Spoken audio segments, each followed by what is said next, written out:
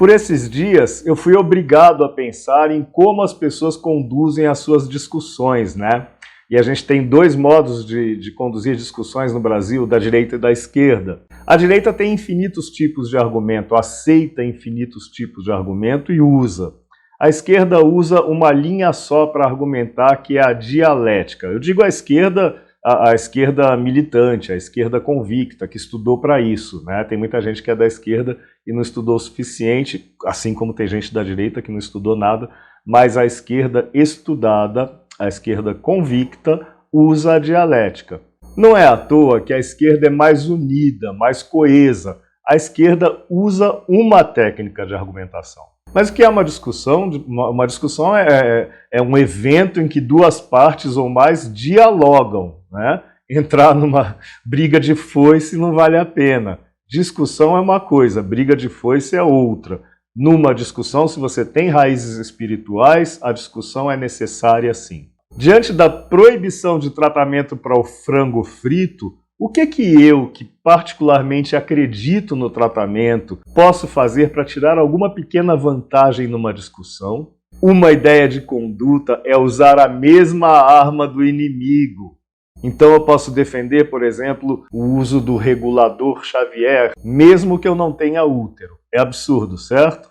A dialética funciona assim. Primeiro você se depara, você ouve uma tese com a qual você não concorda. No meu caso, a imposição de lockdown, a proibição de discutir sequer os tratamentos preventivos ou em continuação para a epidemia. Mas vamos aplicar o método dialético de argumentação. Diante daquilo com que eu não concordo, no caso, o lockdown, a proibição sequer de discussão de tratamento, eu vou contrapor um absurdo qualquer, só para forçar a outra parte, a parte que defende lockdown, a parte que defende a proibição de tratamento, para forçar a outra parte a fazer concessões diante do meu absurdo. É claro que eu não acho que o regulador Xavier seja eficaz no tratamento do frango frito, mas eu vou usar isso como absurdo, certo? Só para outra parte ter que fazer concessões. Quer ver mais como funciona? Eu tenho um irmão que é da esquerda, ele é convicto, ele é super esquerdista. E se eu digo para ele, puxa, mas na Venezuela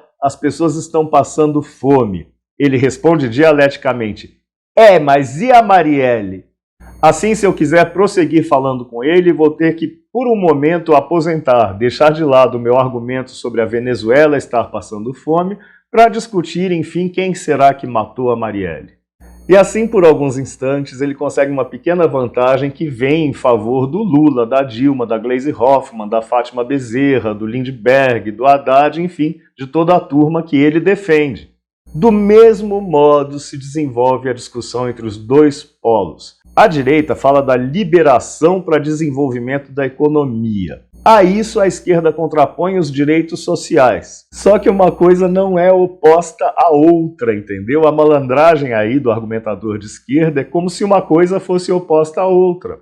A argumentação razoável fica abafada quando um dos dois interlocutores é de esquerda militante. No fim, a tese da liberação para desenvolvimento econômico precisa fazer concessões na argumentação, precisa fazer concessões naquele tempinho da discussão, e aí a esquerda aproveita o vácuo e ganha sua pequena vantagem. Como se a liberdade econômica fosse inimiga dos direitos sociais, como se a liberdade econômica não gerasse mais empregos, como se a liberdade econômica não desse ao empregado a chance de procurar um ou outro emprego e não ficar escravizado ao único emprego disponível, ou pior ainda, ao Estado. Olha só uma curiosidade, mesmo dentro da esquerda, no século passado, o Partido Comunista Brasileiro teve um racha, o racha dos stalinistas, que saíram e fundaram o Partido Comunista do Brasil. Então você tinha o PCB e o PCdoB. Agora a gente tem um exemplo disso, um exemplo da aplicação desse método. O governo cria um comitê anti-Covid e a esquerda tenta emplacar um comitê anti-Covid do B. Resumindo, a dialética é um jeito de reduzir, de fragmentar uma verdade num monte de meias-verdades que são mais fáceis de combater, quem sabe, para um bom argumentador de esquerda. Vamos ver como isso se aplica agora na prática, no momento que nós estamos vivendo. Com relação ao frango frito, o Brasil está em segundo lugar no mundo em quantidade de casos confirmados e em terceiro lugar no mundo em quantidade de óbitos. Isso são números absolutos. Mas se você considerar esses fatores por milhão de habitantes, o Brasil está em 22º lugar em casos confirmados e em 19º lugar em óbitos. Nós somos o segundo país do mundo em quantidade de recuperações do frango frito. Nós só perdemos para os Estados Unidos. Nós somos mais de 209 milhões de pessoas vivendo no Brasil e se nós considerarmos como verdadeiros os superfaturamentos de mortos divulgados pela mídia, são 300 mil mortos desde o início da pandemia, um pouco mais que 300 mil mortos. Isso significa 0,15% da população, ou seja, 1/10% da população veio a óbito por causa do frango frito. Outro fato que parece real e mensurável é que nós temos 14 milhões de desempregados. É claro que nós tínhamos desempregados antes, mas o lockdown não ajudou nada a reduzir essa quantidade. E quais foram os resultados do lockdown em março, agora? Há uma indiferença, por assim dizer, na oscilação da quantidade de mortos. Quer dizer, o lockdown não fez grande coisa para reduzir a quantidade de mortos. Em compensação, mais de 1 milhão de pessoas perderam emprego só no setor de restaurantes. Veja que 16 milhões de brasileiros vivem em favelas. No Rio de Janeiro, 1 em cada 9 moradores de favelas está com renda mensal inferior a R$ 246. 71% das pessoas que vivem em favelas estão sobrevivendo com a metade da renda. E 70% não tem dinheiro para comprar comida. E durante essa miséria toda, o presidente do Conselho Federal de Medicina, vou lembrar, na semana passada, declarou que não tem comprovação científica de que o lockdown ajude em alguma coisa na contenção da pandemia, nem tem comprovação científica de que o tratamento precoce não seja eficaz. Algumas curiosidades. Entre as nossas autoridades, essas que defendem o lockdown, essas que censuram o tratamento, muitas delas se trataram sim com remedinho assim que contraíram frango frito. Uma delas, por exemplo, é o Dr. Davi Duip, todo mundo sabe, foi divulgado pela Veja em maio do ano passado. Ele se tratou com remedinho. E outra curiosidade paralela é que até agora, ao que consta, o governador do nosso estado não prestou contas da verba recebida do governo federal para combater o frango frito.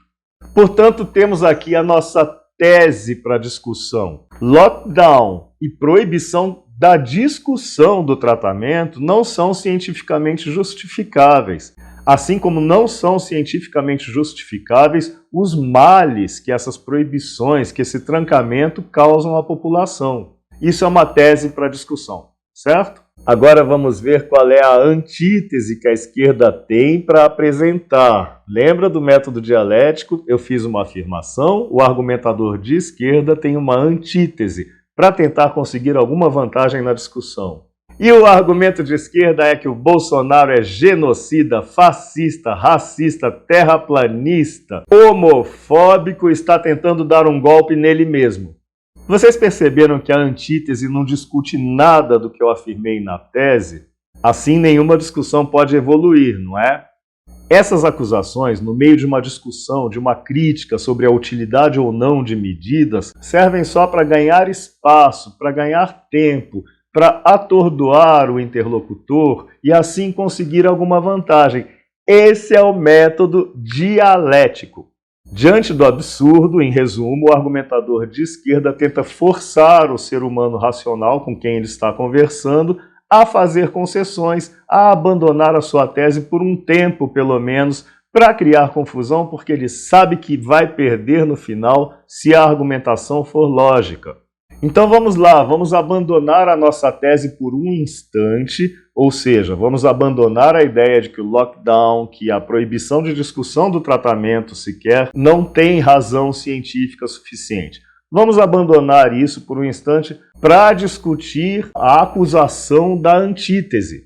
Sobre o suposto golpe, a Constituição prevê que o presidente da República é o chefe em exercício das Forças Armadas. O Lula foi chefe das Forças Armadas. A Dilma foi chefe das Forças Armadas. O Temer foi. E agora o Bolsonaro, porque foi eleito, é o chefe das Forças Armadas. Ele pode nomear ministro, ele pode nomear comandantes, ele pode fazer tudo isso. Inclusive, ele pode mobilizar as Forças Armadas, se quiser, para defender valores fundamentais do nosso país, da nossa nação. Todos eles, todos os presidentes puderam fazer o mesmo. Por outro lado, o brasileiro não quer mais libertação de bandidos, sejam eles políticos, empresários, traficantes. Também não quer o engavetamento no Congresso de medidas que são urgentes para a nação. E muito menos quer um toque de recolher ditatorial ordenado por governadores e prefeitos. Golpe, parece, é quando um ditador ou um grupo de ditadores faz exatamente o inverso do que a maioria do povo quer, enquanto eles ficam trancados nos seus palácios se entupindo de lagosta, por exemplo, sei lá o que mais. Golpe é oprimir o povo, como se eles, ditadorzinhos, tivessem o direito adquirido de nos oprimir, como se eles soubessem melhor do que nós o que é bom para nós, como se eles pudessem decidir de onde vem o direito deles de decidir o que é melhor para o nosso país, nossa saúde, nossa liberdade. Eles não têm esse direito. O direito deles emana do povo. Não só o direito, o sustento deles também. O sustento deles emana do povo. Emana aqui, ó, do nosso lombo. Finalmente, é golpe você burlar a Constituição, burlar as leis, oprimir o povo, oprimir de uma maneira horrorosa, só para conseguir pequenas vantagens pessoais ou políticas. Pronto? Agora, quem sabe a gente possa voltar à nossa tese sobre a insuficiência de razões científicas para determinar o lockdown ou para proibir a discussão dos tratamentos. Podemos? Não podemos. Eu duvido que um argumentador de oposição, um argumentador de esquerda, vá permitir que a discussão evolua por uma razão muito simples. Ele sabe que vai perder. E você, qual é a sua técnica infalível para vencer qualquer discussão? Comente aqui embaixo. Um grande abraço e até a próxima.